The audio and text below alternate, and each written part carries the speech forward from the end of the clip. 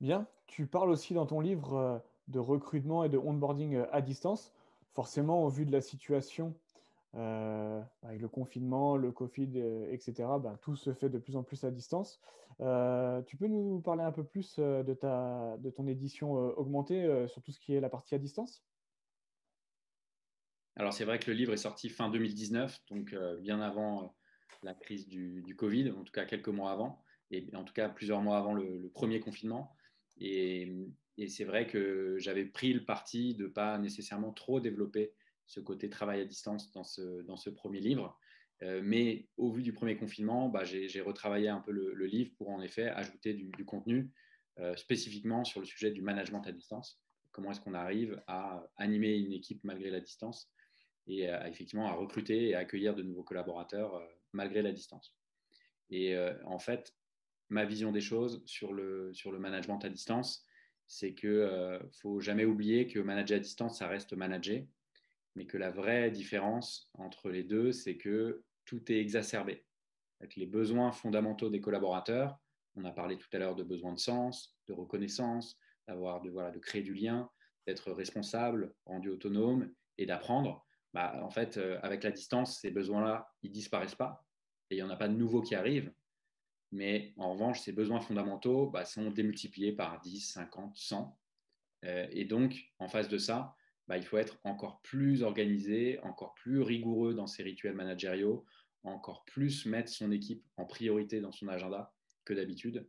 Parce que malheureusement, tous les travers qu'on peut constater en présentiel, comme le micromanagement ou au contraire ce que je peux appeler le sous-management, c'est-à-dire que le manager qui ne sera pas très présent auprès de ses équipes, en fait, avec la distance, tout va être multiplié aussi par 50 ou 100. C'est-à-dire que le micromanager, ce n'est pas la distance qui va l'arrêter. Au contraire, le fait de ne plus voir ses équipes, ça va encore plus le paniquer. Et donc, il va être encore plus le dos sur ses collaborateurs. Il voudra être en copie d'encore plus de mails. Il voudra voir qui est connecté sur le chat à quelle heure. Il va vous appeler dans tous les sens. Il va enchaîner les visios avec ses équipes pour s'assurer qu'elles continuent à travailler. Et à l'inverse, ce que j'appelais tout à l'heure le sous-manager, celui qui a tendance à mettre beaucoup de distance entre lui et son équipe et à être assez peu présent, avec la distance, il risque de totalement disparaître. Donc, je dirais, voilà, manager à distance, ça reste manager, mais avant tout, il faut être encore plus présent et renforcer, on va dire, son organisation managériale et son dispositif global managérial en tant que manager.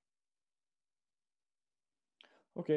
Et sans trop faire le lien avec ton livre et à cette réponse, du coup, comment le management doit s'adapter ou doit évoluer pour une transformation digitale? Alors, c'est vrai qu'au-delà même du digital, le manager, dans les années à venir, je pense que voilà, il va devoir, sa principale qualité peut-être ou compétence, ce sera de réussir à s'adapter dans des environnements qui vont de plus en plus se complexifier. Parce que on aura des équipes de plus en plus hybrides, à la fois à distance, à la fois en présentiel. On aura en plus demain des modes, voilà, des outils qui seront mixés effectivement entre de plus en plus de digital aussi et une multiplicité d'outils digitaux aussi. Et donc, je pense que l'une des principales qualités du manager du futur, c'est ça, c'est de réussir c'est quelqu'un qui doit savoir embrasser le changement et pas être un frein au changement, qui doit aimer la nouveauté, l'innovation. Et je pense que c'est comme ça que les entreprises réussiront leur transformation digitale aussi, c'est en ayant des managers qui sont en capacité d'être les premiers ambassadeurs de ces transformations. Donc, pour résumer, la transformation digitale va aller vers l'outil d'autres outils workplace, des outils collaboratifs, et puis peut-être utiliser des casques à réalité mixte, ce genre de choses. Et donc, chaque individu doit être plus apte à sortir de sa zone de confort. Pour terminer, du coup, euh, tes projets pour la suite, est-ce qu'il y a un livre, est-ce qu'il y a, je sais pas, quels sont tes projets finalement? Alors, c'est vrai que ce premier livre sur le management Dream Team a vraiment confirmé mon goût pour l'écriture. C'est un exercice dans lequel je me suis éclaté. Et donc, clairement, quand je me suis fait mon propre post-mortem autour du livre, en fait, je me suis dit, la conclusion, c'était clairement que je n'avais pas envie d'en arrêter là. Et c'est vrai que quand on parle de management, souvent on s'adresse aux managers, on leur donne plein de conseils, on leur dit comment faire, comment se tenir, comment, voilà, quoi éviter de faire, etc. Et en fait, on oublie souvent aussi le rôle, encore une fois, que doit avoir le collaborateur dans l'entreprise, dans son équipe et vis-à-vis de son manager. Donc, je trouve qu'on charge beaucoup la barque des managers et on en oublie un peu trop parfois les collaborateurs. Donc, en fait, mon prochain livre sera probablement un livre un peu miroir de Dream Team, là où Dream Team s'adresse vraiment aux managers. J'imagine ce deuxième livre comme un livre vraiment plutôt à destination des collaborateurs pour, entre autres, leur faire prendre conscience aussi de cette responsabilité qu'ils ont vis-à-vis de leurs collègues, vis-à-vis de leurs managers et vis-à-vis de l'entreprise dans son ensemble. Donc finalement, développer l'assertivité de part et d'autre. Absolument. En tout cas, on touche à sa fin en fait du podcast.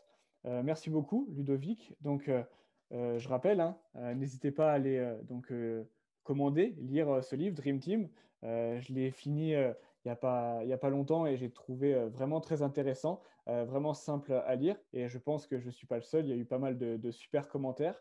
Euh, on attend du coup le deuxième livre et on n'hésitera pas à t'inviter. Lors d'un de nos collabs pour en parler et pour donc du coup faire le lien avec la partie des collaborateurs. Avec grand plaisir. Merci à toi Ludovic.